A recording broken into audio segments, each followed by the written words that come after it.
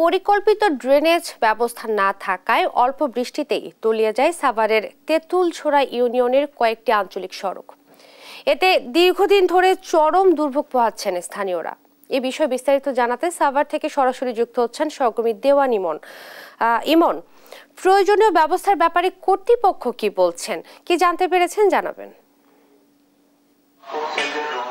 ইসরাত, আপনাকে ধন্যবাদ। আমি এই মুহূর্তে রয়েছি হেমায়েতপুরের তেঁতুলঝরা ইউনিয়নের তিব্বত মোড় এলাকায় এবং আমার পেছনের দৃশ্যটি যদি দেখায় যে অপরিকল্পিত ড্রেনেজ ব্যবস্থার কারণে কিন্তু 12 মাসে এই সড়কটিতে জলাবদ্ধতা লেগে থাকে। পাশাপাশি এই যে ক্ষণিকের বৃষ্টি যদি কোনোভাবে হতে পারে তাহলে তো আর এই এলাকার মানুষের কিন্তু দুর্ভোগের আর অন্ত নেই। এবং আজকের যে চিত্রটি দেখেন যে এই যে সড়কটি যেই সড়ক দিয়ে কিন্তু যেহেতু এখানে গার্মেন্টস শিল্প এলাকা, এখানে কিন্তু শত শত শ্রমিক প্রতিনিয়ত এই সড়কটি ব্যবহার করেন। পাশাপাশি কিন্তু বায়াররা যারা এই শিল্প কারখানার যারা এখানে ব্যবসা করেন তারা কিন্তু এই সড়কগুলো ব্যবহার করেন, অথচ প্রতিনিয়ত কিন্তু তারা এই দুর্ভোগ কিন্তু পোহাচ্ছেন। পাশাপাশি এখানে যে সমস্ত শিক্ষা প্রতিষ্ঠান রয়েছে সেগুলোতে কিন্তু যারা প্রতিনিয়ত যে সমস্ত ছাত্রছাত্রীরা এই সড়কটি ব্যবহার করেন তারা কিন্তু প্রতিনিয়ত এই দুর্ভোগটি কিন্তু তারা পোহাচ্ছেন। এছাড়া কিন্তু এই এলাকাতে কিন্তু কোনো ধরনের ভাড়াটিয়া থাকছে না, যেহেতু এই যে ড্রেনের অব্যবস্থার কারণে সড়কে যে পানি জমে আছে এখান দিয়ে চলাচল করতে তো পারছেন না।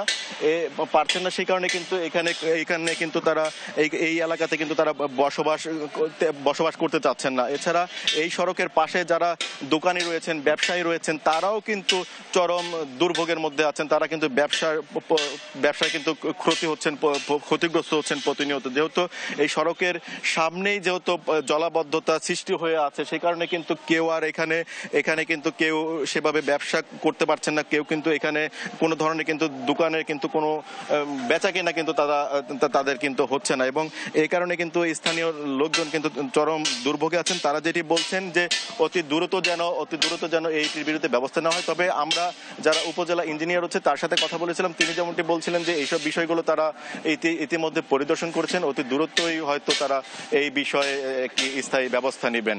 ইসরাত।